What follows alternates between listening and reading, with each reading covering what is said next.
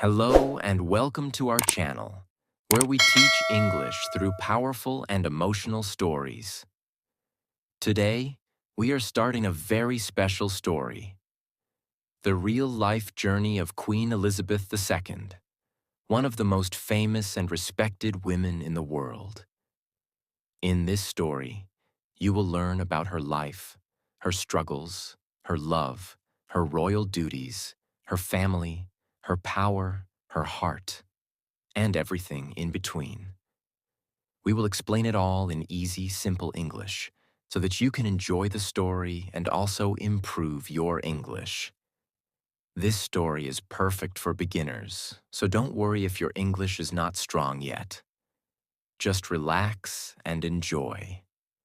So stay with us, listen carefully, and if you love learning English through stories, don't forget to subscribe to our channel for more beautiful stories like this. Now, let's begin. Part 1. The Beginning of a Queen. The Early Life of Elizabeth. The Story of Queen Elizabeth.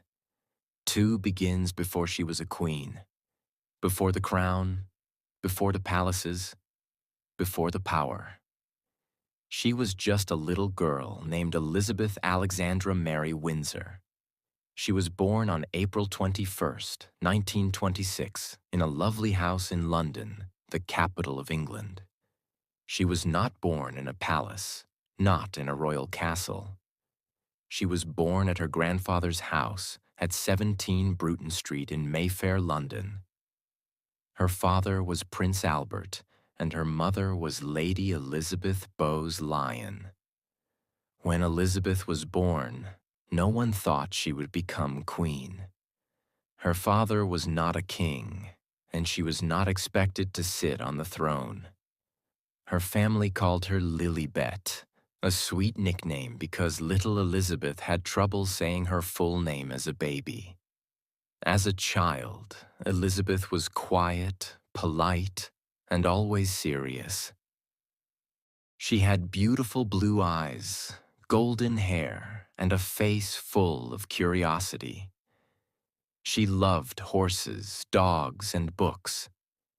She was very close to her younger sister, Princess Margaret, who was born in 1930, 4 years after Elizabeth. The two girls spent their days playing together in the garden, dancing, singing, and listening to fairy tales. Their parents raised them with love and discipline. They were part of the royal family, but still, they lived a simple and private life, not like the kings and queens in the movies. Elizabeth's father, Prince Albert, later became King George VI, but that happened in a very unexpected way. In 1936, something happened that changed Elizabeth's life forever. Her uncle, King Edward VIII, decided to leave the throne. He wanted to marry a woman named Wallis Simpson, who was divorced. The royal rules said he could not marry her and remain king. So he gave up the crown. Elizabeth's father, Prince Albert, became the next king. He was given a new name, King George VI. That meant Elizabeth was now the next in line to be queen. She was just 10 years old, but suddenly she became the future queen of the United Kingdom. The life of games, dolls, and bedtime stories was over. A new life of training, duty, and royal lessons had begun. Elizabeth did not go to a regular school like other children. Instead, she studied at home. She was taught by private teachers who helped her learn history, law, French, literature, and the British Constitution. She was also trained in public speaking, manners, and how to speak with leaders and handle royal duties. Her mother also taught her how to behave like a true lady, with grace and strength. From a young age, Elizabeth was very serious, calm, and wise beyond her years. Her teachers were shocked by how focused and disciplined she was. She always listened carefully and worked hard. She also loved animals, especially horses and corgi dogs. She got her first pony at the age of 4, and she would ride horses every chance she got. When World War II started in 1939, Elizabeth was just 13 years old. It was a scary time. The skies were dark, bombs were falling, and families were afraid. Many children were sent away from London to stay safe. Even Elizabeth and Margaret were moved to Windsor Castle. Even though she was just a teenager, Elizabeth wanted to help. She made her first public radio broadcast in 1940 when she spoke to the children of Britain and said, "When peace comes, remember it will be for us, the children of today, to make the world of tomorrow a better and happier place." Her voice was soft, but her words were strong. She began learning about leadership, responsibility, and courage. In 1945, Elizabeth joined the Auxiliary Territorial Service, ATS, a women's branch of the British Army. She trained as a mechanic and truck driver. Yes, the future queen could fix engines and drive military vehicles. She wore a uniform, worked hard, and wanted to be just like any other woman helping in the war. This made her the first female royal family member to serve in the military. The public loved her even more. She was not just a princess in a castle. She was a young woman of action, discipline, and heart. During this time, another beautiful thing was growing in her life. Love. Part 2. Love, Marriage, and Becoming the Queen. Elizabeth met Prince Philip of Greece and Denmark for the first time in 1934 at a family wedding. She was just 8 years old, and Philip was 13. At that time, no one thought much about it. But 5 years later, in 1939, something special happened. Elizabeth was 13 and Philip was 18. He was tall, strong, full of confidence, with blue eyes and a cheeky smile. He was a naval cadet, training to serve in the British Royal Navy. Elizabeth and her parents visited the Royal Naval College in Dartmouth, and Philip was asked to show her around. They spent some time together, and something inside Elizabeth changed that day. From that moment, she fell in love with him. She returned home and started writing letters to Philip. He replied. Their friendship grew slowly. Elizabeth's heart began to dream of a future with him. Even during the Second World War, they continued to write letters. Philip was fighting in the Navy, while Elizabeth was learning to be a royal leader. But in their hearts, a quiet love was growing. Now this love story was not simple. Philip was born into a royal family, but his life was not easy. He was born on June 10, 1921, on a kitchen table in Greece. His family was royal but poor and exiled. They had to leave Greece when he was a baby. Philip's mother was Princess Alice, and his father was Prince Andrew of Greece. But their family had many problems. His mother became mentally unwell and was sent to a hospital. His father left the family and lived in France. Philip moved from country to country, living in Germany, France, and Britain, often without his parents. He was raised by relatives, sent to different schools, and lived a lonely childhood. When he joined the British Navy, he finally found a place to belong. But even then, he had no money, no stable home, and no strong royal position. So when Elizabeth told her family she wanted to marry him, many royal advisors said no. He is not royal enough. He has no money. He is too rough and loud. He is not British enough. But Elizabeth was calm and firm. She knew what she wanted. She told her father, King George VI, that she loved Philip and would not change her mind. Her father respected her feelings. He told her she could marry Philip, but only if she waited until she was 21. So she waited. For years. In July 1947, Elizabeth turned 21 years old. That same year, on July 9th, she and Philip became officially engaged. Philip gave her a beautiful ring made from diamonds that belonged to his mother. The news spread across the world. The future queen was getting married. Their royal wedding took place on November 20th, 1947, at Westminster Abbey, London. It was just 2 years after World War II had ended, and people were still healing. The wedding gave them hope, joy, and something to celebrate. Elizabeth wore a beautiful white satin gown designed by Norman Hartnell. It had 10,000 pearls and a long train. She even used ration coupons to pay for the dress, just like any other woman at the time. Philip had to give up his Greek and Danish titles and become a British citizen. He was given a new title, His Royal Highness, the Duke of Edinburgh. They looked happy, young, and full of love. The nation watched.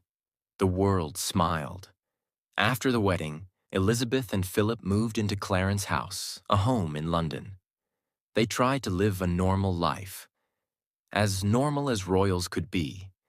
In 1948, Elizabeth gave birth to their first child, Prince Charles. He would one day become king.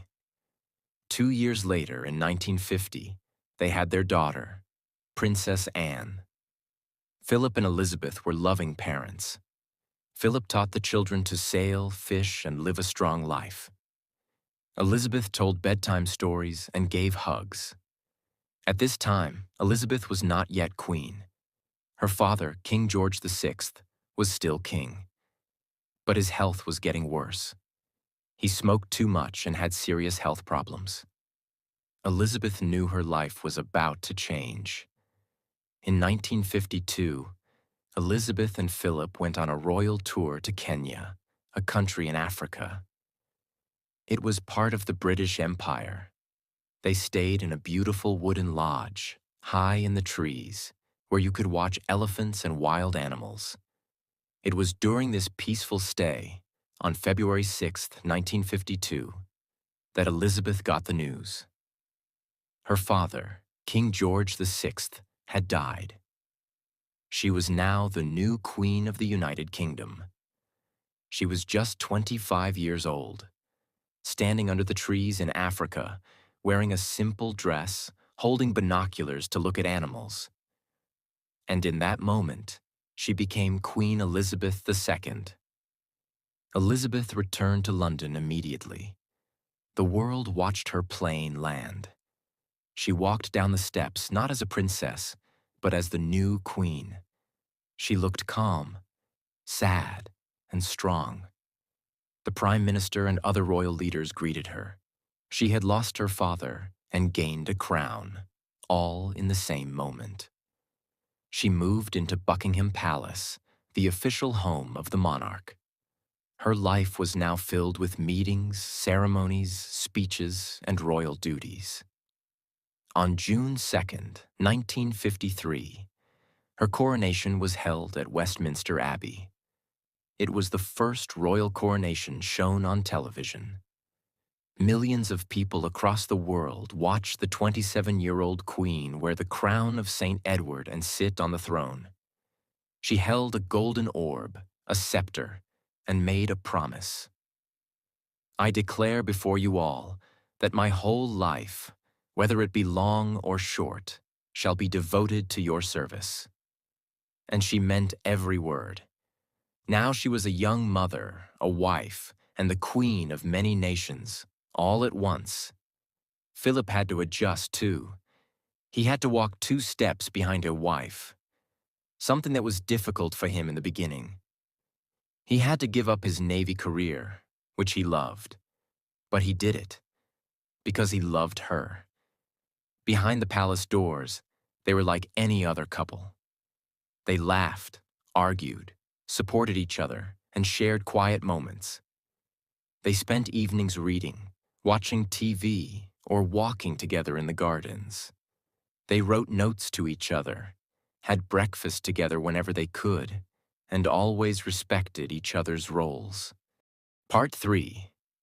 The Life of a Young Queen. Power, Parenthood, and Public Duty.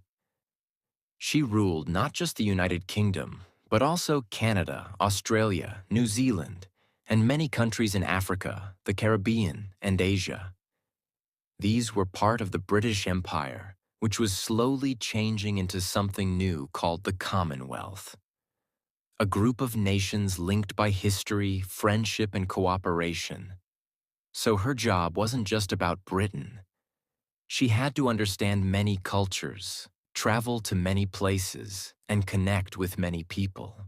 She worked every single day, including holidays. She read official papers daily in a red leather box, even on Christmas. Every morning, she met with advisors, ministers, or world leaders. Every evening, she read reports and wrote notes. She couldn't vote. She couldn't give personal opinions. She couldn't even choose where to live freely. She belonged to the people now. But behind palace doors, she was also a mother and a wife.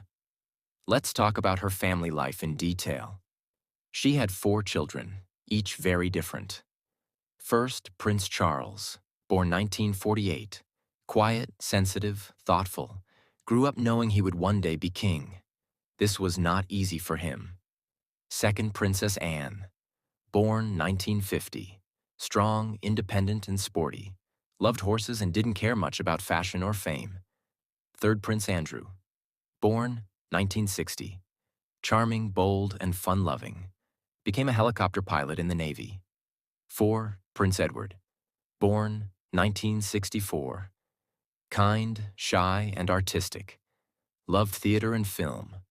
Elizabeth loved her children deeply, but her schedule was always full. She tried to spend mornings with them, have breakfast when possible, and attend special events.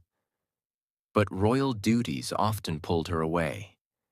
Philip helped a lot with parenting. He taught the kids discipline, confidence, and courage. He pushed them to be strong. Elizabeth and Philip were married for 73 years, one of the longest royal marriages in history. They were very different people. Elizabeth was calm, quiet, and serious. Philip was energetic, blunt, and had a big sense of humor. But they balanced each other perfectly. Philip made her laugh when things got hard. Elizabeth gave him love and respect. They wrote notes to each other every day. He called her Lilibet. She called him my strength and stay. They had little traditions, evening walks, afternoon tea, and picnics in the Scottish countryside. They both loved dogs, horses, and nature. Their favorite place was Balmoral Castle in Scotland. There they wore simple clothes, cooked food themselves, and enjoyed family time away from the cameras. Let's talk about her fashion and personality, because many people are curious. Queen Elizabeth was known for her bright-colored coats, matching hats, and handbags. Why did she wear such bright colors? "So people can see me," she once said. She believed that when someone travels far to see the Queen, they should be able to spot her from a distance. She wanted people to feel seen and respected. She always wore pearls, small gloves, and black shoes. She didn't follow trends, but she had her own royal style. Her personality was very disciplined, always on time, quietly funny. She loved small jokes and pranks. Private, she never showed too much emotion in public. Strong-minded. Once she decided something, she rarely changed her mind. Loyal to her family, her country, and her people. Even queens face challenges, and Elizabeth had many. Let's talk about the problems in her family. 1980s and 1990s. A time of storms.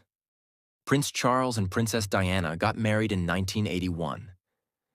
At first, it looked like a fairy tale. But behind the scenes, things were not well. Charles was in love with another woman, Camilla Parker Bowles. Diana felt alone and unhappy. Their marriage slowly broke. In 1992, 3 of her children had marriage problems. Charles and Diana separated. Anne got divorced. Andrew also separated from his wife. That year, Windsor Castle caught fire. The Queen said 1992 was her annus horribilis, Latin for horrible year. Then came a tragedy that shook the world. On August 31st, 1997, Princess Diana died in a car crash in Paris. The world was in shock. People cried openly on the streets. Flowers were left outside Buckingham Palace in piles.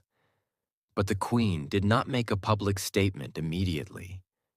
She stayed in Scotland with her grandsons, Prince William and Prince Harry, who had just lost their mother. People got angry. They said the Queen didn't care. But in truth, she was trying to protect her grandsons and help them grieve in peace. Later, she gave a live speech on TV. She looked straight into the camera and said, "As a grandmother, I say from my heart, I admire Diana. She was an exceptional and gifted human being."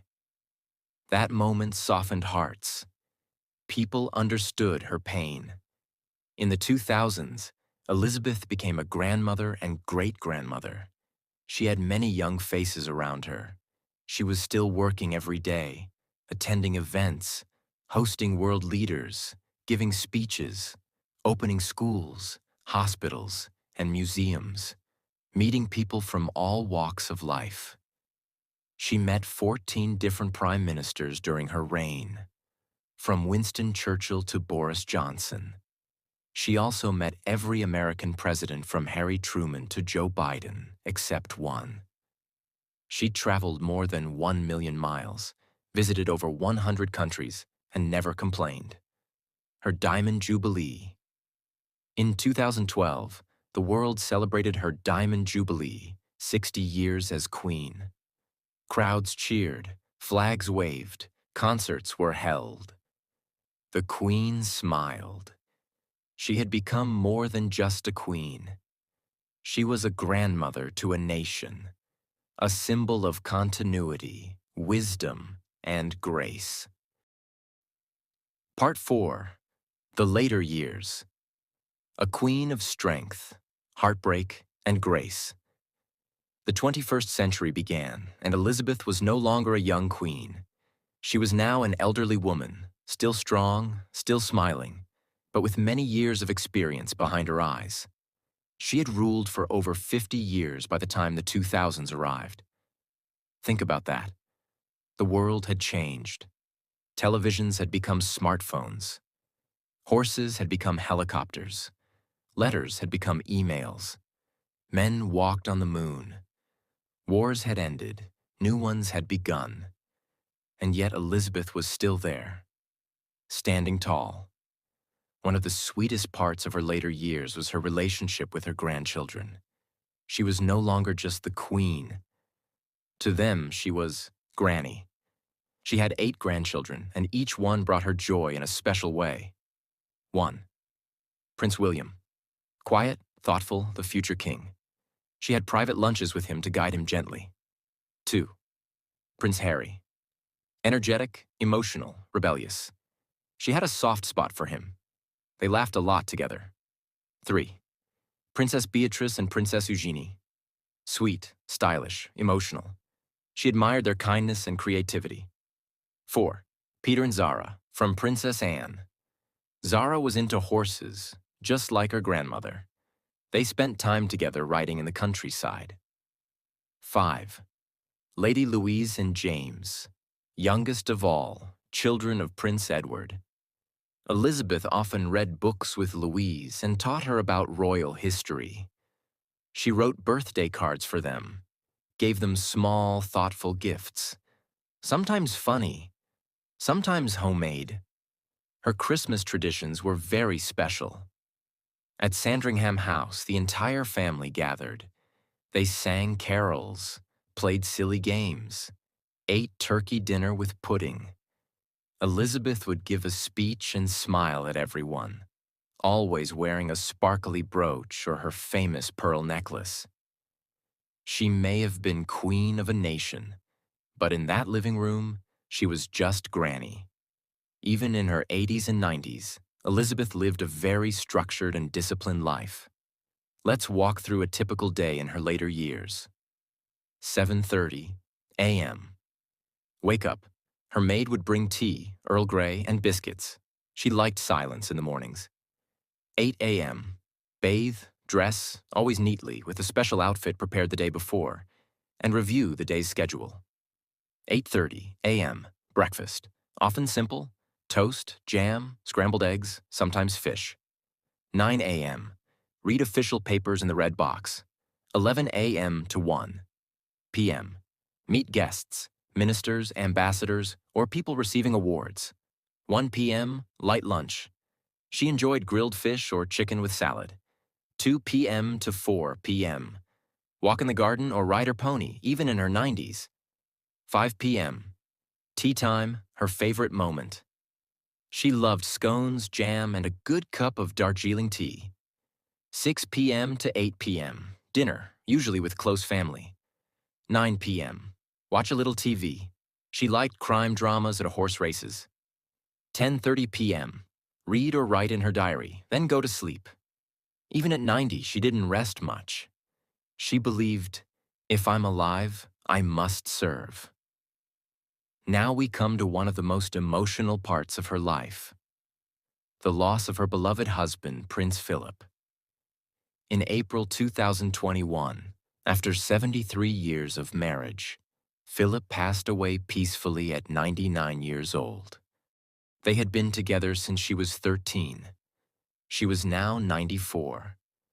That day, the palace announced, "It is with deep sorrow that Her Majesty the Queen announces the death of her beloved husband." The world cried, but no one felt it like she did. His funeral was small and quiet due to the COVID-19 pandemic. And the world saw a heartbreaking image: the Queen, sitting alone, dressed in black, with her head bowed in silence. No tears, no words, just grief. She once said, "Grief is the price we pay for love." After that, she spent more time alone. But she still worked. She still smiled. She still showed up, because that's who she was. Now let's talk about a modern challenge. In 2020, Prince Harry and his wife Meghan Markle announced they were stepping away from royal duties. It shocked the world. People called it Megxit. Later, Harry and Meghan gave a TV interview where they talked about their struggles in the royal family, especially about race, mental health, and media pressure. Some things they said hurt the Queen, but she responded not with anger, but with dignity. The palace released a statement. "The issues raised are concerning. While some recollections may vary, they will be taken very seriously. Harry, Meghan, and Archie will always be much-loved members of the family." This showed the world something powerful. Even in conflict, Elizabeth chose kindness. She believed in family first, always. In 2022, Queen Elizabeth made history. She became the first British monarch ever to celebrate a platinum jubilee, 70 years on the throne. The nation celebrated for 4 days. There were street parties, concerts, and fireworks. But her health was weak. She couldn't attend every event. Still, she made a surprise appearance on the palace balcony. Wearing a light green coat and hat, she smiled at the crowd, waving gently. Her eyes sparkled with peace. That moment meant so much to people. She was 96. She had ruled longer than anyone, and she was still standing. After the Jubilee, her health slowly declined. She moved to Balmoral Castle, her favorite place, the quiet Scottish countryside where she had spent childhood summers. She spent her last days in peace, surrounded by nature, staff, and some close family members. Part 5. The final chapter. The Queen's last years and the Crown's new era. But behind the smiles, the Queen's health was declining. She had mobility issues and stopped attending many events in person. Still, she continued to meet people privately, including her prime ministers. In September 2022, she met the new Prime Minister, Liz Truss, just 2 days before her death. Even at the very end, she was doing her duty. On September 8th, 2022, Queen Elizabeth II passed away peacefully at Balmoral Castle in Scotland. She was 96 years old. The news shook the world. For many people, she'd been the Queen their entire lives. It was hard to imagine the world without her. People cried at the streets. They left flowers outside Buckingham Palace. Bells rang across the country.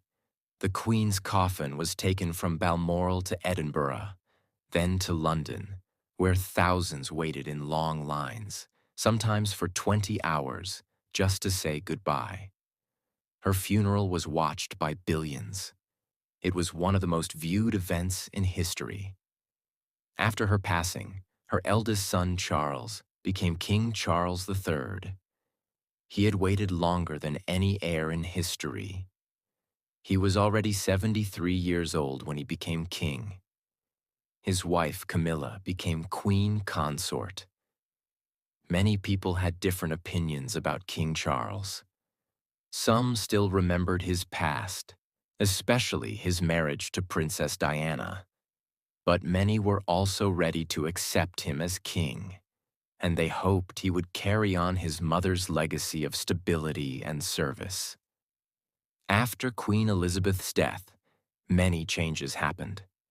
Prince William became the Prince of Wales, the title that his father Charles had held for so many years.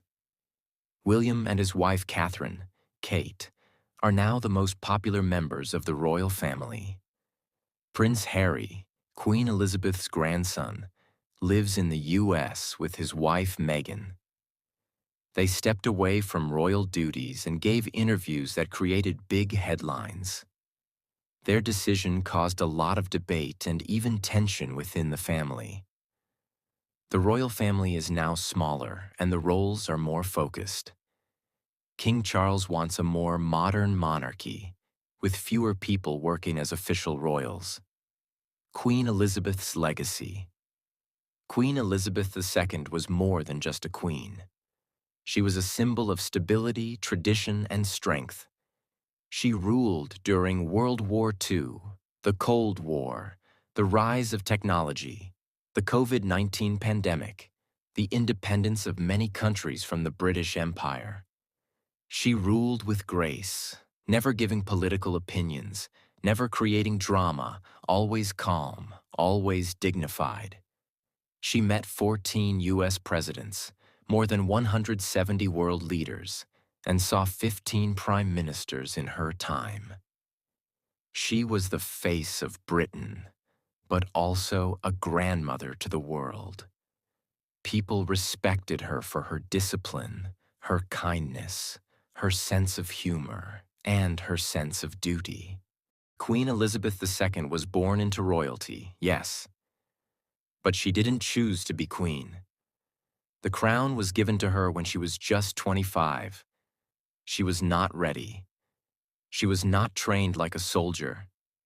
She didn't go to university. She was young. She was scared. She had doubts. But still, she stood up. She learned. She grew. She worked hard every single day, and she never stopped, not for 70 years. She lost her father. She lost her husband. She lost many friends.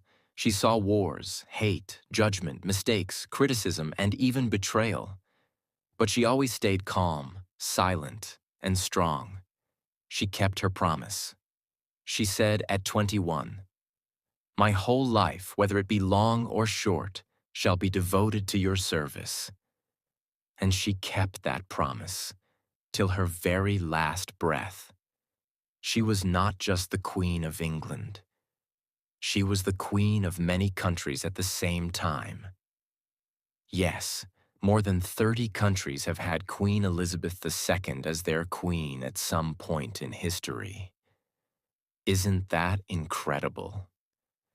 Now let's go on a little world tour together to visit the countries where Queen Elizabeth was not just a guest, but their real queen. What does it mean to be queen of many countries? Let's make it easy. Queen Elizabeth didn't sit on 30 different thrones. She didn't fly from one palace to another every week. No, these countries were called the Commonwealth realms. That means they accepted her as their head of state, their royal figure. She was like the grandmother of the country, loved, respected, and symbolic. Each country had its own government, laws, and prime ministers. But the queen was their royal head, shown on their money, honored in their events, and visited as a royal guest. Let's meet the 15 countries she ruled before her death in 2022. 1. United Kingdom. Of course, her home. 2.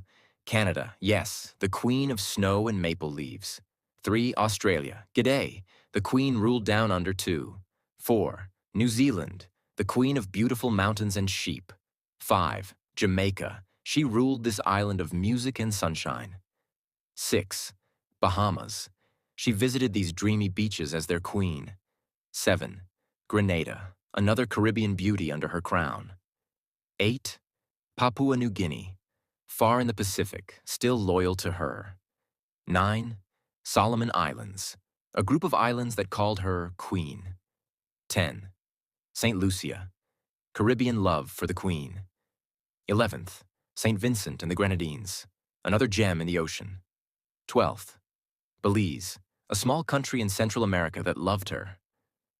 13. Antigua and Barbuda, 2 islands, 1 queen. 14. St. Kitts and Nevis, tiny but royal. 15. Tuvalu, a very small island nation with a very big heart for her. What changed over time? Some countries stopped being monarchies. For example, Barbados said goodbye to the Queen in 2021 and became a republic. Others like India, Pakistan, Sri Lanka, and South Africa had her as queen in early years, but later became republics too.